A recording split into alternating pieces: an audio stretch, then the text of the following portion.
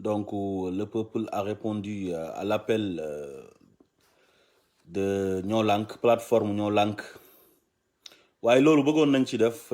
benn analyse bu ndaw par rapport ak marche yi nga xamante ni des fois dañ koy interdit des fois ñu autoriser ko donc bëggoon nañ ci waxtaan parce que constitution bi dafa wax ne képp koo xamante ni da nga bëgg a marche maanaam doxu ñaxtu wala nga def toogaayu ñaxtu comme sitting am nga droit defee ko fu la neex te gis nañ ne Macky Sall ak ñu mu àndal dañuy jalgati li nga xam ne moom moo nekk ci constitution bi te li ñuy def yàgg nañ ko wax dafa nekk loo xamante ni niñ ko mën a firee rek mooy yëfu naafeq mu zabzebil mooy koo xamante ni da nga nekkoon dans l'opposition di combattre benn affaire di wane ne yow neexu la ànd ak sa ay nawle di ko xeex nga dem ba accéder au pouvoir yëpp nga jël ko nga jalgati ko di jaay doole di def lu la neex loolu c'est injuste te sénégalais yu bari ñu ngi ci teg seen bët te ñoom ñu ànd ak moom doon xeex démb loolu ak ñi ñu àndaloon doon xeex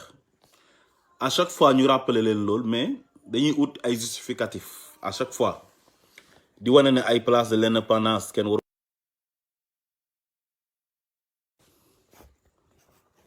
waaye ñu ngi jéggalu de connexion bi de moom normalul instant bi xaw ma nag nu mu demee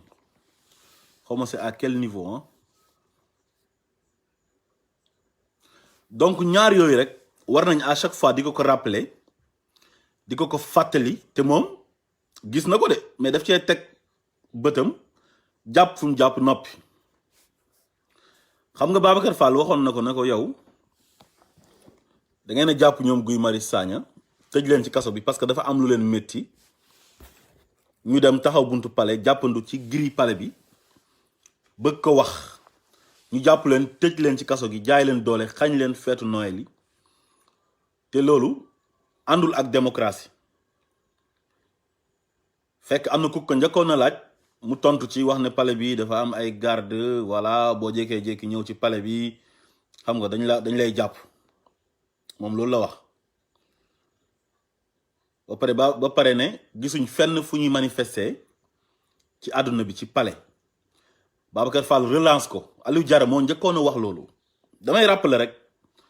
Aliou Diarra moo ko njëkkoon a poser question boobu noonu Babacar Fall ñëwaat ci relance ko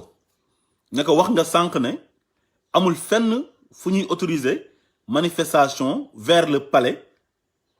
ci àdduna bi amul benn réew bu accepter loolu Babacar Fall ne ko kañ xam nga déjà loolu dafa garaaw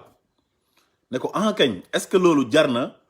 ñu jàpp ay citoyens sénégalais yoo xam ne courant bu cher lañ doon manifester ñu jàpp leen tëj leen kaso xañ leen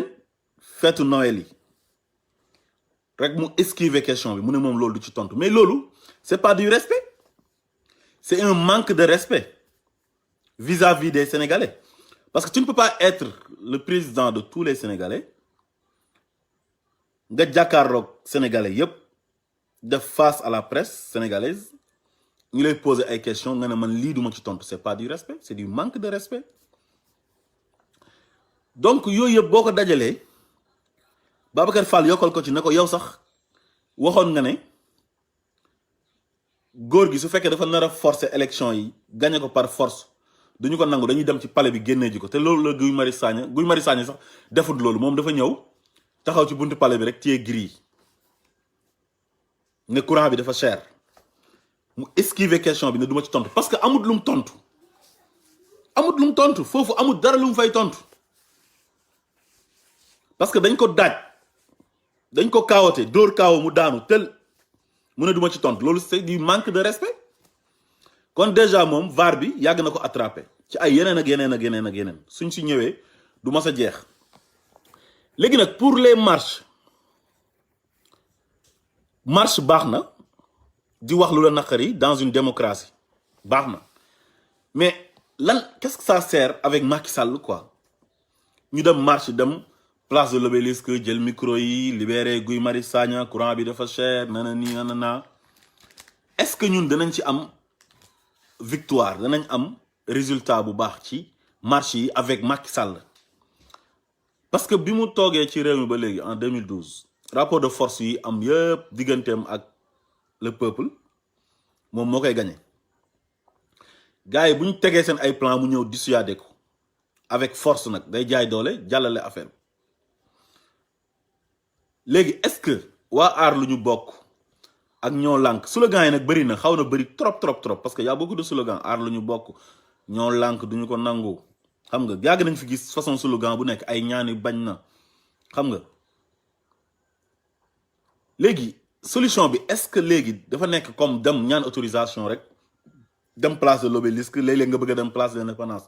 ñu ne la non nga reculer boole la ak policiers ñu door la ay grenades lacrymogènes jàpp ay gars dem door leen garde à vue ba minuit ñu bàyyi leen après ñu ne daal léegi place de l'Obélisque rek ngeen am droit ngeen marché waaye côté palais beeg ak lu ko jegee ak Sandaga yëpp du ngeen fa marche léegi est-ce que di des place de l'Obélisque rek di marche di wax di dénoncer te li ñuy xeex gisuñ na dina faju donte y avait une forte mobilisation gars yi génn nañ est-ce que mënuñoo ut yeneen stratégie loolu laay laajte quoi man sama xalaat rek laay wax yeneen stratégie de combat parce que combat bi tamit du marche rek man pour man il faut que ñu trouver yeneen solution quoi ut yeneen stratégie man loolu laa jàpp ba pare marche yi fekk waxuñ ne autorisé nañ ko rek kenn du génn maanaam rapport de force du am parce que gars yi dañoo ragal sénégalais yi dañoo ragal dañuy fal nit ki toog ànd ak ay gaayam di def du n'importe quoi lu ko neex mu def léegi ñoom ñu toog nag na yàcc na yasar léegi suñu ne cette marche est interdite rek ñëpp toog seen kër taal seen ataaya di naan ataaya moo tax ma ne affaire bi il faut qu'il y ait une grande révolution loolu mooy faj Sénégal billahi wallahi tallahi ay ni ñuy def nii di conscientiser nit ñi duñ dégg ak marche yi gars yi mën nañoo dem sax ma riirandoo ñu wax leen wax ba pare après ñu pare ci dem seen yoon te dara du faju te waa ji terewul li mu bëgg a def yépp mu ngi koy def léegi man dama doon proposer pour gars yi ut beneen méthode ci combat bi xool neneen ni ñuy xeexee ba pare Sénégal pour mu baax billahi wallahi wa tallahi il faut qu'il y ait une révolution une grande révolution kenn waxul nag révolution sanglante boo xam ne dañuy rayante kenn waxu fi loolu de révolution mentale d'abord parce que ñun ba léegi yeewooguñ ñun ba léegi dañuy nelaw Sénégal c'est un peuple qui dort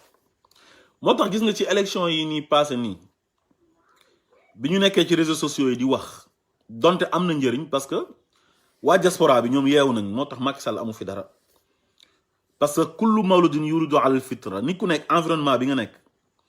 lu ñuy dund ak li ñu fay gis yow noonu rek ngay mel da ngay dem ba adopté wu ci ñu nekk dans la diaspora nag ñoom dañoo gis ne njiitu réew yooyu noonu ak gouvernement yooyu transparence moo fa am équité ak bonne gouvernance liberté yooyu yëpp da nga ko fay gis léegi nag day dem ba wàll la yow ba nga xamante ni yow soo gisee genre Macky Sall ak ñu àndal lu ñuy doxalee yow doo ko mën a bëgg doo ko mën a voter léegi nag ñu jël réseaux sociaux yi di wax di conscientiser di sensibiliser Sénégalais pour ñu yeewu léegi Macky ne réseaux sociaux yi du dara gars yi dañuy nekk ci réseaux sociaux yi di wax rek parce que xam na ne li des Sénégal moom ñi mu ciblé ñooñu ñu ngi nelaw fi mu am yaakaar pour am fa électorat am ñooñu ñu ngi Sénégal te ñu ngi nelaw waaye du diaspora bi parce que waa diaspora bi les Sénégalais de la diaspora mënuñoo bëri ba ëpp Sénégalais yi nekk biir Sénégal loolu mënta nekk loolu moo tax nag moom ñooñu la ciblé woon mooy waa Fuuta yeeg ñi dëkk ci àll bi muy def benn façon politique boo xamante ni bu yàgg la naxaate jël ay saako ceeb di dem di jënd ay nit génnee xaalis di ger nit ñi te yow xaalis bi kenn xamul fan la jóge xaalis bi leerul te ndeysaan ñooñu xamuñ ci dara am na si ñoo xam ne amuñ sax accès internet pour mën a am connexion pour toog man di ma déglu ma mën a wax moom mu jëruñu ci xam lan moo xew xamuñ ci dara ba pare il suffit que nga nekk président de la république yow jeex na dañ naan kii mooy président bi jeex na ñun moom lañu àndal léegi xam nga kon président bu baax ak bu bëgg Sénégal changé du nekk di ñuy indil système bi amoon bu njëkk ba léegi mooy jël ay car def ci ay nit jox leen xaalis jox leen sandwich jël ay yére def ci sa photo ak sa couleur parti ñu dem ci meeting yi di yuuxu nga jël sa jabar jox ko ay camion wu ceeb mu dem ci banlieue bi dem ci àll bi di joxe saako ceeb nga xam ne parfumé bi bu Sénégal bi bu chéré ba cher foog naa 12000 lay jar léegi yow 12000 francs tax nga xam ne yow saako ceeb bi sax su fekkee kër gi dafa bëri nit 1 mois sax du ko def mu jeex. léegi yéen nag ngeen jël seen live seen àdduna yëpp tayle ko ci benn saako ceeb tayle ko benn waay boo xam ne bu toogaatee ci réew mi dafay continuer di sàcc seen xaalis mook ñi mu àndal di def ay détournement di jaay nit ñi doole di leen tëj di jalgati charte yi di def di n'importe quoi lu ko neex mu def ci 12000 francs. léegi nag pour nga gis sénégalais bu am conscience boobu noonu bu conscient yi noonu loolu moo yombul. léegi moo tax ma ne il faut ñu am révolution mentale ba pare te réew mi pour mu defaru il faut révolution boobu noonu dina am d'abord. su benn président daanoo il faut benn président ñëw ñu daaneel ko ci exercice am comme li Macky Sall di def nii su fekkee keneen dafa ñëw di continuer di def loolu su fekkee réglé wuñ ko ci Macky Sall laa wax il faut que mu am président boo xamante ni danañ ko daaneel ah xaw ma nag ni ñu koy daanelee mais ñun ñaanuñ yàlla mu nekk coup d'état ñaanuñ yàlla mu nekk bon loo xam ne day ànd ak violence nga xam ne ay nit dañ ciy dee ak yooyu mais mën na nekk pacifiquement ñu am assemblée nationale boo xamante ni digne de ce nom nga xam ne dina mën a ñëw su ñëwee dina mën a daane président bi même su fekkee président bi moo fa am majorité ñoom dinañ nekk des députés libres nga xam dinañ mën a destituer président bi su defee yenn erreurs yi ak yenn délits yu grave yi ñu destituer ko bu ñu ko destituer ba pare out un président de transition boo xamante ni dafay toog 3 ans pour ñu defaraat réew mi parce que ñun il faut que ñu redémarrer Sénégal dafa laaj redémarrer comme ordinateur nga jël ko dem redémarrage nga redémarrer réew mi mu commencé waat à 0 sur tous les plans. ñun Sénégal yeewooguñ ci dara ba léegi dañuy nelaw 60 ans depuis bi ñu tubaab bi bàyyee ba léegi am na réew yu bëri yu ci dem seen yoon nekk des pays émergents te ñoo leen rawoon ku ci mel ni ay Corée du Sud ay Dubaï Rwanda ci guerre lañ jógee yàggul 94 ay Malaisie Singapour ay Japon bombardé nañ leen fi Allemagne ñu bombardé ko xola yu réew yu yëpp après rattrapé wu nañ dem seen yoon. léegi nag réew yooyu lu tax mu dem soit dafa amoon guerre ñu jàngee ci après recommencer waat à 0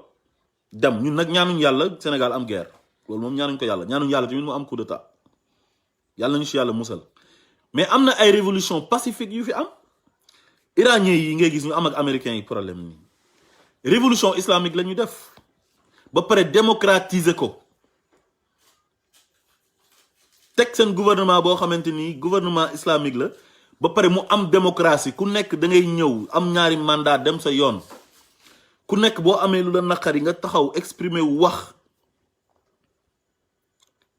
bokk na ci modèle démocratie yi gën a mag ci àdduna bi muy Iran te pourtant pays islamique la te en général xam naa pays islamique soo ko déggee doo ko séentoo sax affaire démocratie ndax ay Arabie Saoudite moo tax parce que monarchie moo fa am. mais Iran dañoo démocratique ba nga xam ne seen modèle démocratie boobu dañ koy jàngale sax États-Unis dans des universités aux États-Unis. il a fallu ñoom it ñu def révolution 1979 pour seen réew mi baax mën a nekk modèle. France 1789 ñu def révolution ñoom bu ñu ko defee yàgg na réew mi mën a baax. Allemagne bi ñu jógee ci guerre la baax. Rwanda bi ñu jógee ci guerre la baax. Ghana am nañ ay coup d'état yu bari si lay soog a baaxee. ak yeneen réew yoo xamante ni ay modèle lañ ci àdduna bi. moo tax ma ne Sénégal il faut révolution bi may wax mooy benn président mooy toog am majorité assemblée nationale gérer exécutif am doole foog ne am na doole mu def erreur ñu destituer ko daane ko comme Macky Sall mi bu ñu ko mënoon destituer assemblée nationale suñu amoon des députés dignes de ce nom des vrais députés du peuple mu def benn erreur ñu def motion de censure assemblée nationale daane ko suñ ko daanee ba pare ñu ut un président de transition mu toog pour 3 ans léegi bu toogee léegi nag ñu ne léegi dañuy recommencer à zéro man dama gëm ne loolu mooy solution bi de pour mu baax billahi man pour mu baax loolu mooy solution bi parce que képp kuñ fal rek di nga tas suñu yaakaar te daf ñoo yàgg dal donte kii mooy suñu 4e président nag waaye gëm naa ne loolu bu amoon ñu ne président de transition bi léegi yow tu vas da ngay toog 3 ans ñu recommencer affaire yi à zéro jël constitution bi defaraat ko verrouiller waat lépp ne léegi nii lañ bëggee ku yore ñu yoree réew mi ku ko mënta yoree réew mi automatiquement amut ay motion de censure amut dara boo jalgatee rek yow daanu nga automatiquement ñu def ko ci benn article ci constitution bi bon sama xalaat rek la sama xalaat rek la ku nekk rek am nga xalaat parce que tey jii dañuy ñëw proposer benn constitution dem référendum voté ko ba pare mais du tere ñoom suñ ko bëggee jalgati dañ koy jalgati jaay peuple bi doole te duñ ci mën dara loolu yàgg na fee am mais tey jii bu loolu amoon révolution boobu noonu bu amoon bañ na léegi 3 ans yi dañuy defaraat réew mi defaraat constitution bu bees boo xamante ni kenn dootu ko laalati léegi nag président bi ñu ne la yow charte yii nii ngay jiitee réew mi ba pare wàññi dooleem bu baax a baax a baax wax ne même boo amee majorité assemblée nationale du loi boo bëgg a dem proposer ko da nga koy proposer dafa am fu muy jaar dafa am nu ñu koy defee justice bi amoo droit di manipuler benn juge boo ko defee bañ xam ko yow daanu nga automatiquement te juge yooyu noonu ñu corrompre manipuler leen dañ leen di raje ñoom it ci kii bi ci fonction publique bi ba pare yóbbu leen tribunal ñoom it juge leen ku falu yooyu yëpp amoon na sax ci assise nationale bi defaat yeneen assise nationale mu daj Sénégal yëpp région yëpp entité yëpp ku nekk gis ci sa bopp ñu wane ne nii lañ man fas yéene yoree réew mi te nii la fas yéene doxee mais loolu fekk amul gëw ma ne dina affaire dina baax parce que ku ñëw rek yow da ngay def lu la neex donc Ousmane Sonko indil nañu loo xamante ni ñun dal na suñu xel wax dëgg yàlla man moom dal na sama xel mais est-ce que pour mu falu dina yomb parce que yaa ngi gis ne bi mu commencé waxu système bi ba léegi ñu ñaa ngi koy xeex partout lu nekk wax nañ ko taxé nañ ko de tous les noms d'oiseaux saaga xas ŋàññi te pourtant indi na loo xamante ni lu bees la bëgg transparence moo tax mu proposé ne nañ ko dajaleel xaalis pour 2024 pour mu am lu mu campagne ndax xaalis bu sell parce que dañoo gis ne bu njëkk ba yow fële ngay jógee rek kenn du xam sa xaalis mu jógee ñëw jël campagne ko jël réew mi dem sa yoon xamul xaalis kenn xamul xaalisu drogue la kenn xamul xaalisu faux billet la kenn xamul lan la te pourtant xaalis dafa war a set tëdd réew yi démocratique yëpp yu mag yi ñëpp noonu la ñuy def gis ngeen Nicolas Sarkozy mu ngi dem justice di jaabantee ko ñëw lan moo tax dafa am benn xaalis bu mu dugaloon ci campagne am boo xamante ni fond bi dañoo jàpp ne fu mu jógee nekkul fu sell c'est illicite loolu lañ koy toppee mais Macky Sall bi muy campagne tey 2012 ak 2019 bii nii xaalis bu mu jëloon di tasaare 2019 sax la gën a rakkaaju parce que boobu fekk na nekk na ci nguur gi ba pare ak xaalis bu jabaram doon jël di dem di ger nit ñi di leen jënd loolu est-ce que xam nañ fan la jógee te pourtant nit ñi dañ siy topp di daw xamuñ ci dara yow imaginez lii xaaral ma tegal leen benn affaire ngeen xool lii ku leen waxoon ne Sénégal ci heure bii dinañ toll fii nii ah du ngeen ko sax gëm.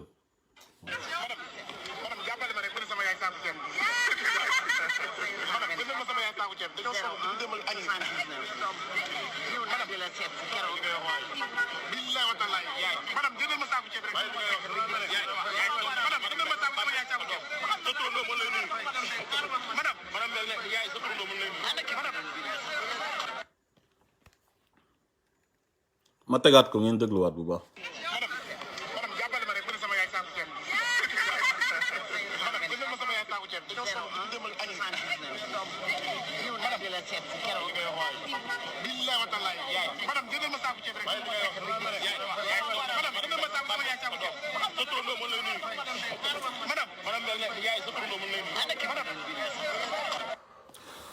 waaw gis ngeen Baba Seck maa ngi lay nuyu bu baax mon frère namu naa la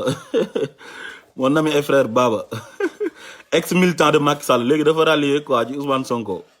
Digi maa ngi lay ziar bu baax di ziar Balla Cissé Idi rek waaw ba tey gis nga condition yi ma wax Balla su fekkee Idi biñ ko falee sax dina mën a ñun fu mu nekk nii ñun maanaam yaawu jaal sax su ñëwoon defal ñun lu ñu bëgg ah ni réew mi war a doxee ñun pare nañ sax pour fal yaawu jaal waxuma la ak Idriss Seck ak Sonko nag maanaam système buy Macky di yoree réew mi moo bon yow xoolal image moo leen tegal léegi vidéo bi nu mu dawee yaram un gros gaillard comme moi taxaw jàkkaar ak première dame naan ko sama yaay saako ceeb jëndale sama yaay saako ceeb mais c'est très grave kenn xamut lii lan la lii dafa ruusu sax gàcce la gàcce moo tax keroog bi ñu doon def seen set setal bi ma wax leen ne leen gis ngeen set setal jikko yi ak xol yi moo gën a war a njëkk a set ba pare d'abord su setee su jikko yi xol yi setee ba pare ñu soog a setal kër yi setal mbedd mi setal environnement bi maanaam alom gi li ñu wër xam nga yow mënoo nekk un président de la république boo xamante ni yow sa gestion dara setu ci maanaam te yow gestion sobre et vertueuse nga ñu waxoon yorin boo xam ne bu mucc ayib lay nekk nga ñëw fen ñu wax li nga wax dafoo ci dara ñu gis ne yow ci sa gouvernement ak ci sa gouvernance ci lañ gisee des détournements yoo xam ne ak des scandales yoo xamante ni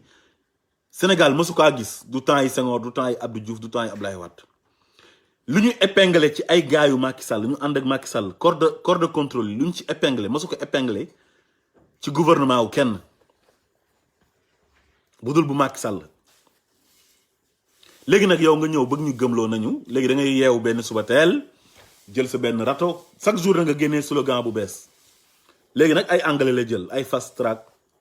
ay clean day te olof bi nekk feeg yeneen làkk yi pël yeeg soose yeeg yëpp nekk Sénégal te Sénégal sax du pays francophone du pays anglophone pays francophone la mënoon nga jël set setal rek monsieur le président waaye nag set setal bi bala moo am mooy il faut jikko yi set ñi nga àndal seen jikko yi set sell ba pare xol yi set sell foofu la ñuy njëkkee d'abord imaginel ku amee jikko bu set xam nga du toog di wax loo xamante ni du ko def maanaam di wax loo xamante ni yow wóor na ne la lii doo ko def maanaam da nga koy wax pour nax nit ñi ba falu boo faloo après jeex na def lu la neex def nañ fi ay assises nationales Amadou Mahtar Mbow jiite ko Moustapha Niasse bokkoon na ci ñu ko financé ne léegi bu fi Ablaye Wade jógee dañoo bëgg réew mi nii lañ ko war a yoree pour mu baax bëri woon na ay points yu bëri yoo xam ne Macky Sall d'accord woon na ci ba signé ko bu ci njëkk mooy ku fallu nekk président tu démissionnes à la tête de ton parti mais il l'a pas fait dafa ko président boo amee parti rek mooy ne yow far nga partisan waroo am ay partisan yow da nga war a neutre parti bu la fal bi la fal sax ah moom moo la fal sous la bannière de ce parti moom nga faloo waaye boo yéegee yow tu es devenu le président de tous les Sénégalais mënoo am foo far loolu c'est incohérent àndul mënoo nekk président ba pare di far loolu mooy waral léegi gouvernement yam boobu noonu ngay gis ku àndut ak moom bokk ak moom parti wala bokk ak moom coalition doo nekk ministre doo nekk directeur général bu ñuy investir ci liste député yi duñu la investir te pourtant mënoon nañu am président boo xamante ni l'homme qu'il faut à la place qu'il faut moo fay am quelle que soit sa appartenance yow mën nga nekk dans l'opposition ñu xam ne poste bii nii kii moo ko man yelloon na ko te c'est un opposant ñu jox ko poste bi muy liggéey parce que c'est un Sénégalais il est compétent léegi nag fekk président ñu ngi koy fal muy am fu muy far di am ay xaritam di am ay potam bu Ousmane Sonko génnee wax pour l'intérêt de tous les Sénégalais mu yebal gars yi ne leen dem leen saaga ko gars yi génn au lieu que ñu indi ay argument mais dañuy génn di saaga Ousmane Sonko di wax ay waxu xale ay Ousmane Sonko jihadiste la Ousmane Sonko lii la buñ ko gëmul sëriñ yi ay wax yu ñàkk fayda yoo xamante ni ça n'a rien à voir ak ñun lu ñu soxla. boo nekkee benn athée sax boo xamante ni yow da nga ne awma diine gëwma dara nekk sénégalais bi moo gën a fort ci loolu la ñuy xool ñun sénégalais nga même boo gëmul dara li ñu bëgg yow nga doxalee ko réew mi nga xamante ni dinañ am réew mu baax réew boo xamante ni démocratie dañ koy gën a consolider bonne gouvernance transparence comme moom slogan ba gouvernance sobre et vertueuse ak foo manti féetee loo manti gëm loolu yow la concerné mais defaral ñu réew mi mu baax ak foo manti bokk nag bul nekk jullit bul nekk chrétien nekkal athée mais sénégalais nga gis nga gaay mi loolu lañ doon génn di wax pour dénigrer ko yàqal ko pour sénégalais yi weddi ko bañ ko votel mais loolu dafa salte te gis nañ ne loolu la yoree réew mi saagante xasante wax lu ñaaw jaay doole xañ nit ñi seen ay droit imaginez leen le cas de Guy Marius Sagna mais loolu dafa métti le cas de Guy Marius Sagna Guy Marius Sagna yàgg naa leen wax na leen bu ko neexoon tey xam nga moom c'est un fonctionnaire de l'État ministère de la santé la nekk comme assistant social rarement ngay gis ku nekk dans l'administration du contre président parce que xam nga ne boo ko defee rek yàqu nga Ousmane Sonko def na ko fii ñu jël jaas dagg boppam jaay ko doole révoqué ko ne ko amoo droit nekk fonctionnaire ba pare di contre nguur gi xam nga loolu teguñ ko fenn mu def appel mujjul fenn du mujj fenn mu ñëwaat Guy Marius Sagna loolu moo ko dal moom dàquñ ko xëy na occupé wul poste yu mag yooyu ci fonction publique bi mais tey jii bu fekkoon dafa toog noppi waxul dara ku noonu xam ngeen ne ay fonction yam yokku na bu yàgg yokku nañ ay gradam bu yàgg dina évoluer ci métier bi ak ci fu mu nekk ministère de la santé dinañ ko jox yeneen poste yu gën a kawe wala mu nekkoon di neexal président bi wala muy neexal ministre bi mais moom dadul naa fekk moo tax parce que dafa wane ne nekk ci fonction publique nekkul ne président bi moo la fa teg mais yow tu es sénégalais bu am droit jàng ba am sa ay diplôme am sa compétence sa formation pour dugg fonction publique foofu président du la fa dugal mu jàpp ne loolu nag mënulaa tere yow ngay wax li nga xam ne moom nga xalaat mënula tere président bi fi nekk te moomul réew mi nga ñàkk ànd ak moom ci ni muy doxalee ba pare nga manifester ko wane ko mais ñu ne loolu du am dañ ko mettre dans le frigo fu mu nekk ni Guy Marius Sagna fu mu nekk ni agent au ministère de la santé la mais liggéeyul dara day toog rek bu weer dee ñu fay ko parce que nee nañ dafa contre président bi léegi kon président bi kon moom réew mi détail yooyu laa leen di wax ne il faut que mu dëñ Sénégal il faut que ñu bañ a may président doole joo xamante doole ji moo ëpp dafay mujj nekk dictateur du ko tay parce que dañ lay jay naan la yow la sénégalais moo tàmm loolu jay nit dañ lay jay yow ba fàttaloo ne sax yow nit nga dañ naan la yow léegi yàlla nga Macky Sall am na ay gars yoo xam ne dañuy toog ak moom naan ko non yow président doo moroomu gars yi yow li mu fi def kenn defu ko fi Ablaye Wade mi nga xamante ni sax moo la formé sax raw nga ko doo moromam yooyu lañ koy wax te ñu koy wax loolu xam nga lu tax ñu koy wax pour poste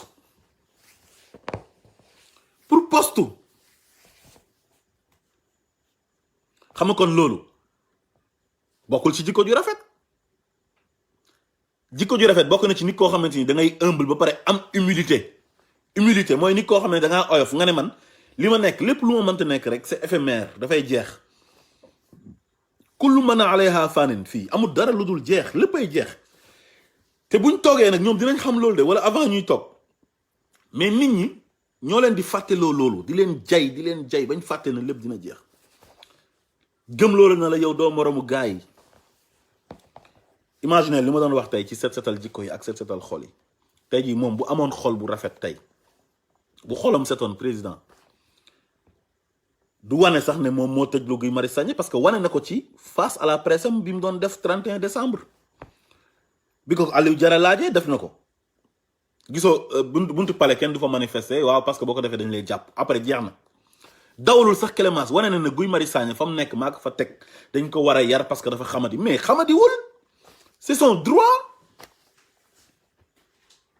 dafa am droit bi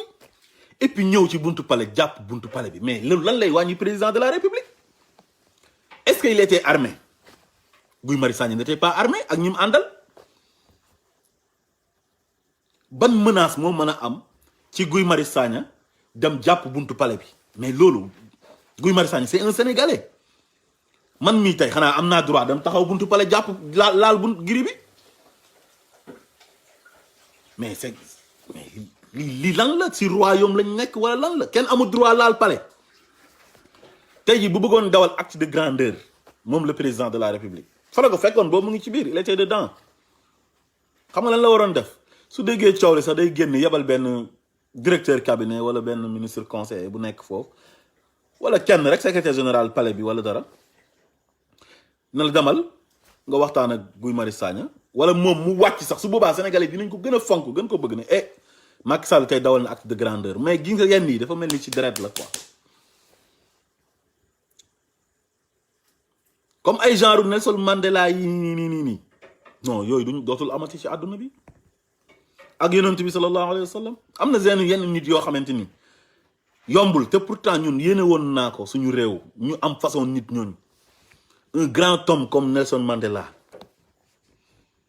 xoolal lu mu am ci àdduna bi façon prix bu nekk am na ko distinction bu nekk am na ko connu mondialement héros international lan moo ko may jikko bu rafet bu set mooy jéggale jëlale malheureusement loolu nekkul ci président Macky Sall gis nga dafa am makaarimal axlaaq yoo xam ne mooy jikko yu rafet yi bu nekkee ci yow yàlla da lay yëkkati yonent bi bu koy yàlla di tagg daf na ko wa innaka la ala xuluqin azim yow sa jikko dafa màgg la azim dafa màgg loolu rek la ko yàlla taggee jikko yu màgg yi mooy lan mooy nit tooñ la nga dem ba jekk ko yow ba am doole ba mën a fayu nga ne ko baal naa la comme nu Nelson Mandela def nekk dëkkam nekk sud africain pur et dur ay tubaab ñëw def apartheid yéen ñu ñuul ñi warul leen dem ci marché yi warul leen dem ci place publique yi warul leen dugg ci école yi warul leen jàngee fii fa muy combattre loolu di ko xeex ñu jàpp ko tëj ko kaso di ko dóor di torturer mook jabaram Winnie Mandela gars yi ne nañ Winnie Mandela da daan indisposé sax ba affaire bi waw ci kawam indisposé bi ñëwaat woowaat ndax du am sax possibilité pour dem ci toilette di raxas boppam wala sangu bi mu demee ba nga xamante nii nag mbir mi jeex na li mu doon xeex mu gañe ko accéder au pouvoir bi mu toogee lan la def jéggal naa ñëpp kenn tooñu ma kenn defuma dara li ma bëgg mooy nen ñëpp nekk au même pied d'égalité sud-africain yëpp nañ tolloo amul blanc amul noir loolu mooy grandeur loolu moo ko may li mu am nii ba pare mu def benn mandat ne bàyyi naa mais ay président Macky Sall yi dañuy xëccoo mandat 2012 dañ ko fal moom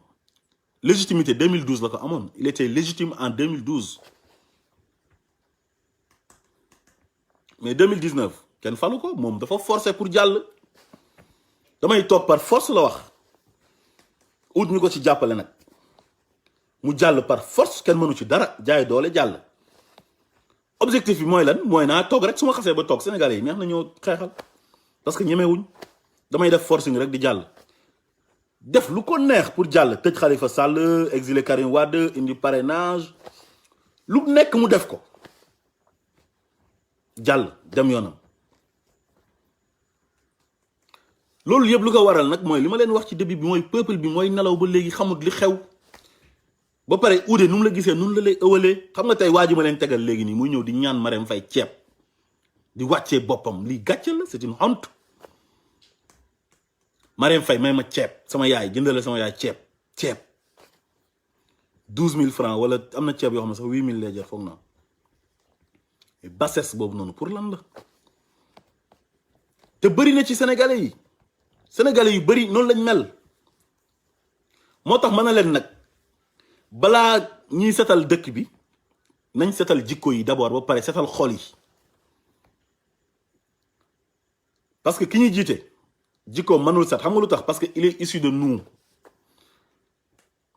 mooy comme waa ji doon ñaan ceeb xam nga li mu def nii jikko bu ñaaw la léegi nag ki ñuy fal moom foofu lay jógee bu yoree jikko bi peuple bi yore moom lay yor yàlla du moom mooy wàcc di ñu defaral fii nii ñun fii ñoo koy defaral suñu bopp inna allaha la yughayyiru ma bi xawmi hatta yughayyiru ma bi anfusihim ku toog di naan ay yàlla baax na damay xaar yàlla te jógaloo sa bopp pour sa réew baax billahi wallahi tallahi doo am réew bu baax wax naa leen ko sànq ma ne leen réew yu baax yëpp dafa am révolution pour mën a baax am na yoo xam ne révolution pacifique la am yoo xam ne c'est des révolutions sanglantes am yoo xamante ni ay guerre la pour mu mën a taxaw yooyu yëpp gaa ñaanuñ ko yàlla ñaanuñ yàlla Sénégal am guerre ñaanuñ yàlla mu am coup d'état ci heure bii nii comme que amu ko ba léegi waaye il faut que révolution mentale am d'abord ba pare ñu conscientiser nit ñi comme ni ma ko waxee sànq ñu am assemblée nationale boo xamante ni président bu déconné ñu destituer ko teg un président de transition kooku ñëw ñu tegal ko lu leer nañ mu signé ko dugal ko ci constitution bi ne ko bés boo jalgatee lii nii ñëpp d'accord ci nag ñëpp a ciy d'accord ay assises nationales lay nekk yoo xamante ni day wër dëkk ba yëpp ne ko nag lii boo toogee boo ko jalgatee automatiquement yow tu es destitué daanu nga loolu rek moo mën a am Sénégal baax mais gis na marché yii nii marché yi ñuy def nii autorisé ak ñàkk autorisé même buñ ko autorisé ñu taxaw wax rek la ñuy def après dara waa ji du def dara du reculer est-ce que gis ngeen ko mu reculer ci affaire hausse de électricité bi reculer wul du ci dellu ginnaaw xam nga lan mooy ndeyu tey yow ah nga am sa train de vie bu cher mooy sa gouvernement ak sa état imaginez tey président il a 8 milliards caisse noire am président assemblée am ko mu créer des institutions inutiles comme conseil économique et social environnemental au conseil des collectivités territoriales qu'est-ce que ça sert defal micro territoire léegi nga laaj sénégalais yi ne leen ñaari institution yooyu ban njëriñ la am kenn du la ko wax man mii sax xaw ma ko man mii di wax ak yéen xaw ma qu'est-ce que ça sert man ñooñu lu ñu leen di jox seen budget président yi am nañ caisse noire mooy fonds de roulement foog na benn bu ci nekk dafa am nu ñu koy tuddee comme nu ñu tuddee yeneen yi rek ñu jox leen ay oto di leen ci defal carburant di leen fay weer ba pare ministres yi seen bureau yi dañuy yokk seen ay climatiseur di yàq courant seen kër yi même chose am na ñoo xamante ni ay fonctionnaires de l'état lañ bu ñu demee ci biti dañ leen di jëlal kër loolu yëpp état bi si état bi lay tegu charge état bi la di leen fayal ndox di leen fayal courant di leen jox ay indemnité de logement di leen jëndal carburant jëndal leen oto bi bu paanee tuuti ñu jël ko sànni duñ ko réparer kenn du ko réparer léegi yooyu yëpp buñ ko dajale woon ak caisse noire am bi mu am 8 milliards yi nga xamante ni kenn mënu ko cee topp ci dara kenn du ko contrôler kenn du ko auditer daf ciy def lu ko neex bu ko neexee mu jël 1 milliard chaque année jox Amadou Sall na ko am ma may la bu wàccee kenn du ko ci mën a topp parce que dañ ne ko lii kenn du la ci topp kenn du ko contrôler te pourtant yeneen réew yi ay France ak yooyu dañuy contrôler seen caisse noire Jacques Chirac caisse noire am mas na ci jëndal doomam billet d'avion ñu ne ko fay ko parce que on n'a pas élu ton fils yow lañ élire loolu la mais tey Marème Faye doole ji mu am nii yëpp di jël xaalis ku sëqat ne dama feebar mu jël yóbbu ne daf lay faji ji benn mbër bu toog ba mu yàgg ne dama feebar mu jël dem faji ba pare ñu wax ko ci rajo bi génne ko ci télé bi nit ñi dafa naan dafa baax mais fan la jëlee xaalis bi ak Sénégalais yi est-ce que dañuy tànn nit ñi par benn am na ñoo xamante ni comme man sama classe gi mën nañ am lu leen métti il préfère mourir que dem di toog ci télé wala rajo naan nañ ma dimbale. am na ñoo xam dañoo am vergogne am lu ñuy bañ am ñoo xam dañu xam nga du fu nekk lañ mën a taxaw di wax seen soxla tey jii bu ñu defoon benn système sanitaire boo xamante ni ku feebar sénégalais bu feebar dinañ la mën a jël en charge faj la te doo fay wala ñu faj la nga fay tuuti loolu yëpp politique la te pourtant xaalis yu ñuy jël di sàcc di détourner di dugal ci institution yi amul njëriñ yi mënoon nañ ko def foofu mënoon nañ ko def tamit ci Senelec ba nga xamante ni tey ñoom duñ jël di augmenter courant bi ba pare di wax ne léegi di ko teg ci doowu sénégalais ne sénégalais ñoom ñoo koy fay te ñoom ñooy yàq courant bi ne léegi mënatu ñoo subventionné xaalis yooyu ma leen wax ci institution yi ak xaalis yu ñuy détourné di sàcc ak faux marché yi détournement yi ak investissement yoo xamante ni yenn infrastructure yoo xam ne amul benn solo ci instant bi soxlawuñ ko comme le TER yooyu yëpp tey buñ ko dajale woon xaalis bi day bëri loolu lu mu mën a defar parce que dafa am ay priorité ci dëkk mooy santé éducation soo feebaree da ngaa war a faju parce que nit mënul def dara te amul wér-gu-yaram Thione Seck nee na lu waaye di ñaan na ca boole wér-gu-yaram ci ngay mën a bànneexu soo amul wér-gu-yaram doo mën dara doo mën a liggéey doo nekk sax waaw léegi nag chaque jour ñuy dégg ay détournement di dégg ay investissement yoo xamante ñu ngi koy def ci yenn infrastructure yoo xam ne ñun soxlaaguñ ko léegi amuluguñu benn njëriñ loolu doo ko def ci santé def ko ci éducation bi nga xamante ni enseignants yi dootuñu fi nekkati di wàcc di battre macadam ba léegi ay abri provisoire mu ngi am ci les villages les plus reculés du Sénégal léegi da ngay dem ci benn dëkk doo fa gis poste de santé nit ñi amuñ coton sax da ngay dem ci benn poste de santé duñ am coton duñ am wala nga dem ci benn centre de santé duñ am ambulance hôpital régionaux yi ngay gis ci région yi gën a sori médecin boo affecté mu bañ na du dem benn médecin lay am amuñ ay spécialiste mais réew du affaire ay jàng yu jiite réew billaay man pour man soxlawul jàng yu bëri yooyu noonu quoi mais Brésil ku ko jiite woon Lula kooku musicien la jàngul sax jàng bu sori mais affaire bi volonté la rek compétence ajuwul ci loolu pour man ay ñëw sol costume takk cravate làkk ay tubaab waaw coq nii du loolu affaire bi du loolu priorité yi d'abord Sénégal dafa am ay priorité mooy il faut ñu mar naan xiif lekk am courant bu doy te du cher courant warta cher Sénégal politique la rek il faut une bonne politique énergétique une bonne politique sanitaire une bonne politique éducative piliers yooyu noonu ñoo yore réew yooyu ngay jël defar ko mu tegu nit ñi jàng di faju di lekk ba suur di naan ba màndi su loolu réglé nag nga jéem a dem nag ci yeneen infrastructure tabax ay tali tabax ay pont defar ay TER jombu ñu métro jombu ñu mais soxlaa guñ ko léegi parce que mënoo jël 1000 milliards def ko ci benn TER léegi nga ne ku jógee koo jëm ñaajo di ñëw Dakar 1500 ngay fay am na ñoo xam ne 1500 suñ ko amee dañ koy jëndee ndékki Sénégal am na ñoo xam ne bu ñu xëyee 100 francs yu ñu jëndee café Touba sax ak meew duñ ko am loolu bëri na ku nekk Sénégal xam nga ko Macky Sall moo leen gën a xam loolu parce que il n'est pas né avec une cuillère d'or il est issu d'une famille pauvre il a galéré comme tous les Sénégalais dafa galéré moom moo waroon a mën a gën a yërëm Sénégalais yi sax moom mais malheureusement boo yéegee rek fàtte lépp TER 1000 milliards buñ calculer lépp mat na 1000 milliards li mu ci def yëpp qu'est-ce que ça sert TER lan lañ koy doyee ñun xanaa 1000 milliards yooyu boo ñu ko defaroon ci train wu Sénégal Bamako sax nga xam ne marchandise yi danañ ko mën di yóbbu muy gaaw taf-taf di ñëwaat mu tane wala nga désenclavé Kolda wala Ziguinchor nga xam ne bu fa nit bëggee dem taf-taf dina gaaw yomb mais région yi laa la wax ñoom dafa mel ni sax bokkuñ ci Sénégal neex na defar du dëkk bu rëy mais gars yi dañoo incompétent nañ ko wax te dee billahi wallahi talaay gars yi dañoo incompétent gars yi mënuñoo yore réew Macky il n'était pas prêt pour être président de la République wax na ko Sorano ci concours général bi prix concours général bi ñu koy joxe mu ne dafa dund injustice moo tax mu dem à la conquête du pouvoir kon moom vengeance la demee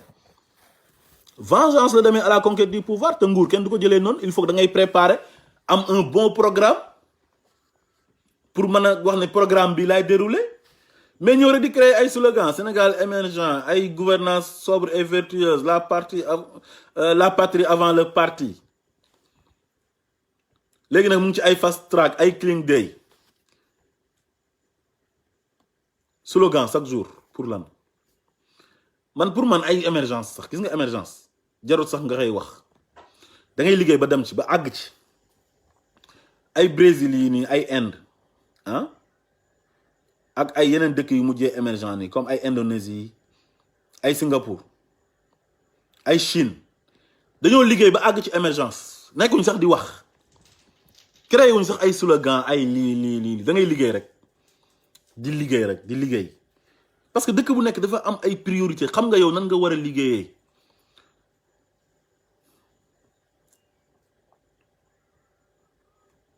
moo tax sénégalais yi marche kase billaahi réglewul problème bi marche taxaw jël micro bi wax gars yi seen wax ji bu duggee fii lay génnee ku leen jiite lu mu leen teg ñu tegoo ko Macky sénégalais yi dafa xam sénégalais yi bu baax Macky Sall lu yàlla wax ne rabbukum a'lamu bima fi nufusikum man mi leen bind maa gën a xam li nekk ci yéen waaye Macky dafa gën a xam ñun lu nekk ci ñun sénégalais yi parce que Macky tamit il n'est pas n'importe qui nekk na fii ci gouvernement Abdoulaye Wade ministre de l'intérieur te kooku renseignements généraux yëpp yaa koy yore lu muy def ci boppam bi mooy sénégalais yi ñu ci bëri gëmuñ dara dañoo am njëg koo ci jox xaalis wala nga oo ko jox ko poste mu noppi loolu lay doxalee noonu lay gouverner de gisoo transhumance yi ñëw moom da doon toog naan affaire transhumance nii c'est-à-dire gisoo bi mu toogee ñi ko doon xeex pour mu bañ a nekk président ñoom la jël jox leen ay poste ay ñoom Modou Diagne Fada 2012 bu ñu sañoon Macky Sall du nekk président te mu ngi nii oo na ko ci wetam jox ko lan la ko jox directeur général bu Sonacos mu noppi Souleymane Ndéné Ndiaye bon amoon nañ ay rapport ñoom ñaar yu baax mais ànduñu woon politiquement bokkuñu woon gis-gis Macky dafa dem créer son propre parti Jules il préférait rester avec Ablaye Wade bu sañoon Ablaye Wade day am 3e mandat léegi anamu jël na ko taf ko ci wetam ay sëñ Mbacke Ndiaye naa fekk kooku moom moo gën a naa fekk ci seen kooku moom taskatu réew la kooku heure bi dañ ko waroon a jàpp dem tëj ko ci kaso bi parce que kooku mën na taal réew moo fi nekkoon ci élection yi nii naan Ablaye Wade gagné na premier tour élection 2012 yi nara taal réew mi contre Macky Sall di campagne pour contre Macky Sall yéeg ñuy lijjanti dana am 2e mandat dina am 3e moom du ko am mu ñëw naan ñu ay dafa contre moom limitation des mandats pour faire plaisir à Macky Sall parce que Macky mooy président bi moom nay mos dara rek quoi xeetu doomi aadama yu tilim yu salte yi dañu leen war a seppi sànni Sénégal ci mbalit ma te seen mbalit ñoom seen dépôt seen poubelle mooy prison quoi nee naa leen ku ànd am na benn partisan wu Ousoufou bu Niger am na benn partisan yi boo xam ne dafa taxaw temps yële génn di prôner pour le 3e mandat de Ousoufou procureur bu ñàmme bi moo ko oo dóor ko ci kaso bi ñu juge ko ne ko yow da nga def nu ñu koy waxee di sax am na lu ñu ko inculpé quoi trouble à l'ordre public man nga yëngal ordre public bi parce que li nga wax nii mën na tax nit ñi incité wu génn ci mbedd mi manifester te constitution bi dafa wax ne ku nekk ñaari mandat ngay am après dem sa yoon lu tax ngay taxaw ne Ousoufou dafa war a am 2e mandat dafa war a am 3e mandat te pourtant Sénégal ñun toll nañ ci benn dimension naa fekk ci ñenn ñi waxuma ñëpp nag je vais pas mettre tout le monde dans le même sac tey jii ñu bëri tey pour préserver seen poste rek pour continuer nekk ci nguur gi jaral na leen tey ñu jàppale waa ji ci 3e mandat yam bi xam nga tey wax ji mu wax tey bi mu jàkkaaroog ñoom journalistes yi ci 31 décembre ci affaire mandat bi ne waaw loolu duma ci wax parce que su ma ci waxee sama gars yi dootuñu liggéeyati mais loolu du dara loolu ay waxu caaxaan la rek loolu du prétexte pour man mais nul ne peut faire wala nul ne peut exercer plus de 2 mandats consécutifs mais suñ la ko waxee ci constitution boo xamante ni yow yaa ko voté yaa ko proposé en 2016 mars 2016 mais lu ci am ay duma wax waaw duma wax non yow waroo wax waaw waroo wax non tu n'as pas le droit bi nga amoo droit briguer 3e mandat constitution bi moo ne le mandat présidentiel est de 5 ans renouvelable une fois et nul ne peut exercer plus de 2 mandats consécutifs waa léegi loolu lu ci am ay man du ma wax waaw du ma wax non parce que su ma waxee waaw gars yi dootuñu liggéeyati loolu mooy lan du tax dootuñu liggéeyati mais jeex na kañ jeex na et puis sax loolu tontu la yow tontu nga ba pare su ma waxee waaw gars yi dootuñu liggéeyati kon kañ xam nañ li xew ba pare. fu mu nekk nii fii ak 2024 daf ñoo bëgg a nelawal di def ay pexe pour jaar suñ kaw def li Ablaye Wade defoon jël affaire bi yóbbu ko assemblée nationale jàllale ko par force créer benn situation boo xam da koy permettre pour mu présenter wu waat te naa leen xamal leen billahi wallahi tallahi bés bu ñu sàgganee ba mu présenté wu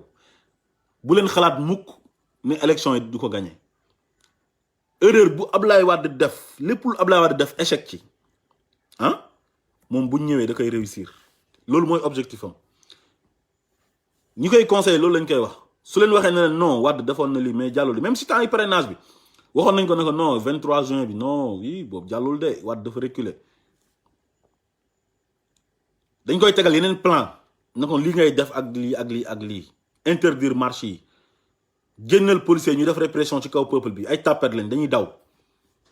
ñemewuñ soo génnee ñaari policier boo dooree grenade lacrymogène ñu daw mais Wade lu tax mu reculer ci 23 juin bi mooy ne dafa autorisé woon marche bi moo tax mais bu ko autorisé loolu lañ ko conseillé ci kii bi ci parrainage bi ak yeneen day ñëw jéggi ko jàll stratégie yooyu lay demee moo gaayam yi lépp lu Ablaye Wade teg te jàllul moom bu ñëwee daf koy jàll moo tax man leen 3e mandat yam bi xam ngeen ne Macky Sall du dem mukk ci conseil constitutionnel déposer candidature am ñu ne ko du jàll conseil constitutionnel lan lañ mës a defal Sénégalais ak lan lañ mës a bañal benn président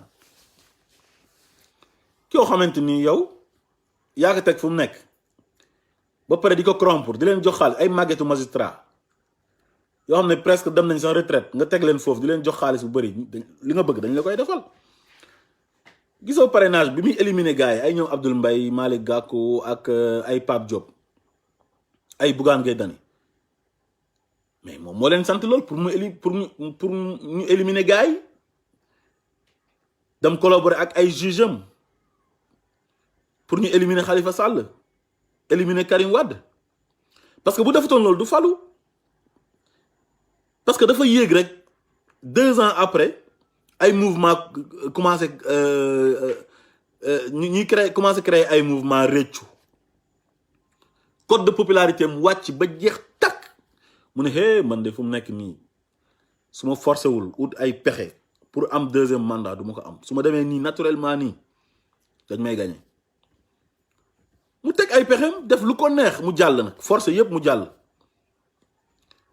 parrainage bi au dernier moment la ko xalaat parce que bu fekkoon ne lu baax la ci jublu da koy dugal ci constitution bi mu proposé woon en 2016 mars 2016 mais dugalu ko ci constitution moo ëpp doole lépp mooy charte nday réew mi moo tiim ñëpp mais dafa toog xoolaat situation bi dem ba au dernier moment ne éliminé naa Khalifa Sall éliminé naa Karim Wade léegi ñeneen ñii su ma demee ak ñoom te man sama code de popularité wàcc na ay Malick Gakou ay Abdoul Mbaye ay ñoom Bougane Gueye Dany nit ñi commencé nañ leen a gëm quoi léegi loolu dina ma wàññil ay voix te daf may yóbbu 2e tour xaaral ma éliminer leen tànn Madické Niang tànn Issa Sall ne Ousmane Sonko moom su ma ko laal dafay flagrant quoi du ma ko laal heure bi parce que day flagrant ba mu ëpp parce que jeunesse yi bëgg nañ ko trop te jaral na leen lu nekk teg plan yam pour objectif am mooy dem gagner premier tour te def na ko jàll na gis nga nag buñ fi toogee naan ay waxu 3e mandat jarul wax ñi ñuy nelawal daf ñuy bett dañuy dem ba 2024 ba mu jege nit ñu defoon ci parrainage bi loolu la ñuy def da koy jël yóbbu ko assemblée nationale gars yi voté ko mu jàll mu jalgati ko parce que moom Ablaye Wade bi mu ñëwee 2001 dafa def référendum Ablaye Wade référendum bi amutoon benn problème xam nga Macky Sall référendum bi sax am na ñu jógoon di wax ne pour ñu voter non quoi mais Ablaye Wade dafa plébiscité 98% ci référendum bi xam nga kon loolu légitimité dëgg la mooy peuple bi ñoo ne oui 98% du peuple de la population sénégalaise ñoom ñoo ne d'accord nañ léegi Ablaye Wade ne léegi mandat bi ñaar la 5 ans ñaari 5 ans léegi mu dem nag bay séntu moom 3e mandat mu jël ko jalgati yoon dem fële assemblée nationale utiliser majorité bi defaat ko 7 ans te loolu c'est illégal Macky Sall nag ne moom d'accordu ci Wade fi mu jaarale affaire bi loolu voie référendaire la war a jaar fi mu ko jaarale moo tax lii baaxul warul am 7 ans loolu moo tax nag moom bi mu faloo 2012 mu ne moom du def 7 ans 5 ans lay def parce que daf ne Wade fi mu jaarale woon affaire bi baaxul parce que Wade 7 ans lañ ko falee buñ ko falee 7 ans mu toog ne bii bokk ci 2000 ba 2007 léegi nag 2001 la def réforme bi si la def référendum bi léegi nag à partir de 2000 moom si lañ ko fal nee na bu ñu ko falee moom bokk ci loolu mën nañ ko nangu mu bloqué mandat yi ci 2 léegi nag mu def 7 ans def 5 ans léegi nag bi ñu demee nag ba nga xam ne deuxième mandat bi mu ngi waaj a jeex 2012 di waaj a ñëw ci la nag jalgatee yoon nag ñu xam ne foofu mën na fa ootewaat référendum di laalaat constitution bi mu jaarale ko assemblée nationale jalgati ko defaat ko 7 ans pour bu amee 3e mandat mën a toogaat 7 ans léegi loolu nag moo tax Macky Sall ñun di ñu doon gëmloo nañu moom bu faloo 5 ans lay def pour nit ñi gën ko gëm parce que dafa doon gëmloo ne affaire bi c'est pas légal yaa ngi dégg léegi mu toog dem ba 5 ans mi di waaj a jeex rek mu changer avis toog 7 ans yam ba pare léegi nag ñu falaat ko 5 ans fu mu nekk nii falaat por force léegi nag mu ngi yóotu nag mu ngi commencé di changer nag discours comme ni mu doon waxee ci 3e mandat bi naan non bii nii li mu waxoon daaw ak li mu wax ren c'est diamétralement opposé daf ne lii man maa bu daaw daf leen waxoon na leen maa ko voté lu maa wax ne constitution bi daf ne nul ne peut exercer plus de 2 mandats consécutifs kon man mënuma kaa am jeexal naa ren mu ñëw changer complètement ne du ma wax waaw du ma wax non amoo droit wax waaw amoo droit wax non maanaam yow benn droit nga amut pour briguer 3e mandat wala di dem di nekk candidat amoo droit nekk candidat mais nag comme que ñun nous sommes un peuple boo xamante ni dañu passif nous sommes un peuple passif yaacaaral lu nekk teg nañu ko fi ñu nangu ko te yooyu am na yeneen dëkk yoo xam ne bu ko fa defoon du jàll loolu moo tax mu ñeme ñu nag bi mu amee 2e mandat bi xam na forcé na ci 2019 bi ba gagné élection yi par force def na nag léegi nag naan nag essayé nag 3e mandat parce que man lépp lu ma essayé rek def naa ko ak force mu jàll léegi nag je vais essayer avec le 3e mandat instant bi ci loolu la nekk de fan ngeen di xamee ne acte yi muy posé yëpp c'est pour avoir un 3e mandat xam nga fan ngeen koy xamee mooy ñi ànd ak moom ñoom Moustapha Diakhaté ak ñoom Sori Kaba bi ñu waxee ne mënu ko am rek si la leen dàq te am na ñeneen ñu taxaw ne mën na kaa am te waxu leen dara léegi dafa terroriser gars yi napp leen ba gaay mi koo ci invité muy coalition Benno Bokk Yaakaar bi ak waa APR kenn ñeme wut a wax ci affaire 3e mandat xam nga loolu dafa garaaw loolu dafa doy waar mel ni ay jaam mel ni ku nekk ak buur ku wax ma rey la man de su ma fa nekkoon wax dëgg yàlla dama ciy wax nit da nga war a am liberté di wax li nga xalaat mais poste mooy lan soo waxee ñu dàq la loolu moo tax nga ne man du ma wax li ma xalaat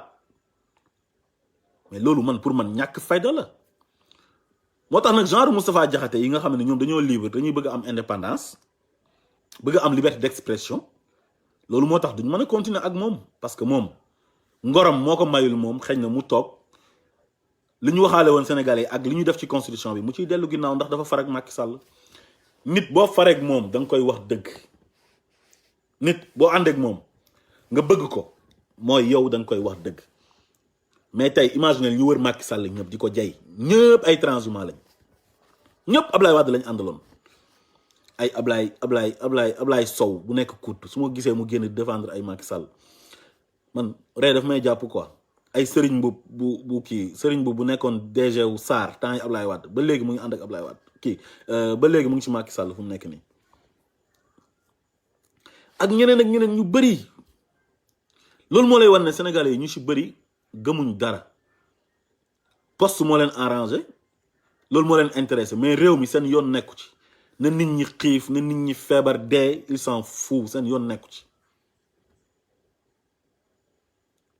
waaw léegi daal ñu ngi leen di gërëm di leen sant ci teewlu bi lii daal lañ amoon lu ñu doon wax tey ci live bi bu kenn découragé ah man moom du ma mës a découragé quoi parce que vraiment lii xeex bu noble la quoi parce que hubul watani minal iman bëgg sa réew ci jaamu yàlla bokk yonent bi moo ko wax nit da ngay bëgg sa réew bu laajee wax nga wax bu laajee jëf nga jëf ëllëg bu soppeeku amee nag ñu xam ne ah yow mii bokkoon nga ci xeex bi tey lii li tax mu am yow bokk nga ci loolu la ma fàttali leen nag ne réew yi fi baax yëpp tey avant muy baax dafa am révolution ba moo tax mu soog a baax révolution yi nag bëri nañ waaw ñun nag bu pacifique lañ bëgg boo xamante ni ci yoon lañ koy teg bal du tàkk deret du tuuru kenn du dee ñu defaraat réew mi ba mu baax tënk lépp teg ko ku jalgati charte yi nga daanu donc kon ñu ngi leen di jaajëfal bu baax a baax ñu ngi doon bàyyi xel yëpp di leen remercier di wax ne nag combat bi continuer rek waaw ñuy continuer di wax waaye tamit waa aar lu ñu bokk ak waa ñoo lànk ñoom it war nañoo changer plan waaw war nañoo changer stratégie quoi waaw parce que autoriser le marche place de l'Obélisque rek nga dem taxaw wax man pour man daal instant bi toll nañ foo xam ne ça sert à rien quoi mënul régler problème bi quoi waaw mënul régler problème bi kon je vous souhaite un bon dimanche merci